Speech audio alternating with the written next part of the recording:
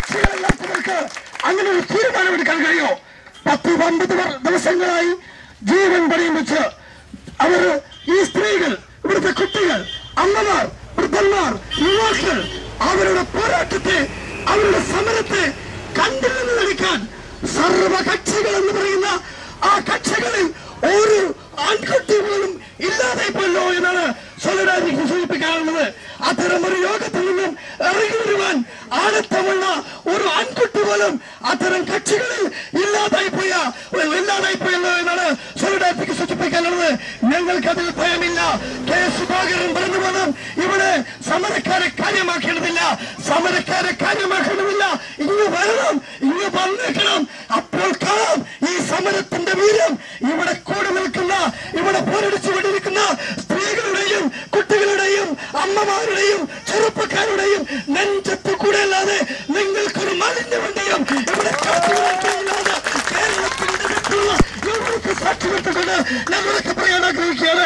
K Sudhakara, നിങ്ങൾ മനസ്സിലാക്കണം, നിങ്ങളൊക്കെ വലിയ കൊലക്കമ്പന്മാർ കെട്ടുകിട്ടിയ ഒരു കാലത്താണ് സോളിഡാരിറ്റി സംസാരിക്കുന്നത്.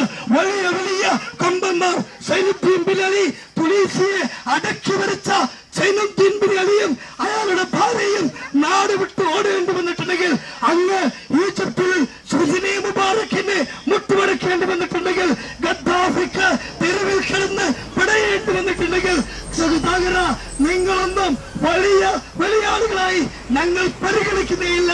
കേരളത്തിന്റെ വിപ്ലവത ഉറക്കെ പറയുന്നു. അല്ലെങ്കിലും ഈ സർവകക്ഷികളൊന്നും കേരളത്തിന്റെ നാളിതുവരെയുള്ള പോരാട്ട ചരിത്രത്തിൽ അവരൊന്നും ഉണ്ടായിരുന്നില്ലല്ലോ. പ്രാച്ചുമടയിലെ സമരം വിജയിപ്പിച്ചത് ഈ സർവകക്ഷികളല്ലല്ലോ. ഈ സർവകക്ഷിയെ ഒരു നേതാവിനെയും നമ്മൾ പ്രാച്ചുമടയിലെ സമരഭൂമിയിൽ കണ്ടിട്ടില്ല. എങ്കിലും ആ സമരം വിജയിച്ചിട്ടുണ്ടെങ്കിൽ, എന്തോ സൽഫാൻ മേഖലയിൽ ഈ ഒരൊറ്റ സമരത്തിന്റെ നേതാക്കന്മാരെയും നമ്മൾ കണ്ടിട്ടില്ലെങ്കിലും ആ സമരം ലോക ശബ്ദം പിടിച്ചു പറ്റിയിട്ടുണ്ടെങ്കിൽ, അതുപോലെ തന്നെ മൂലമ്പള്ളിയിലെ സമരക്കാർക്ക് അവർക്ക് അവരുടെ സമരത്തിന്റെ ആവശ്യങ്ങളെ പരിഗണിക്കുവാൻ നമ്മുടെ ഉമ്മൻചാണ്ടി സർക്കാരിന് തീരുമാനമെടുക്കേണ്ടി വന്നിട്ടുണ്ടെങ്കിൽ, അതിവിടുത്തെ മുഖ്യധാര രാഷ്ട്രീയ പാർട്ടിക്കാരുടെ ആരുടെയും മിടുക്കൂട്ടില്ല. പോരാട്ട വീര്യമുള്ള കേരളത്തിലെ പുതിയൊരു ജനപക്ഷ രാഷ്ട്രീയത്തിന്റെ മുന്നേറ്റമാണ് അത് കാണിക്കുന്നത്. അതുകൊണ്ട് തന്നെ പുന്നോൽ പട്ടിപ്പാലത്ത് സമരം ഇത് വിജയിക്കാനുള്ള സമരമാണ്.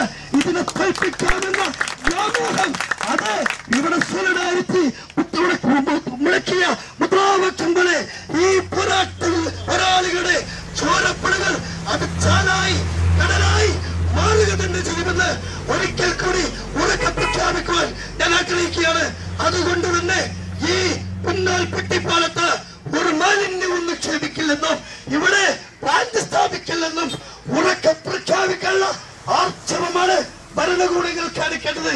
എങ്കിൽ അങ്ങനെ കാണിക്കാത്ത കാലത്തോളം ഇവിടെ മാലിന്യം നിക്ഷേപിക്കുമെന്ന് തീരുമാനമെടുത്ത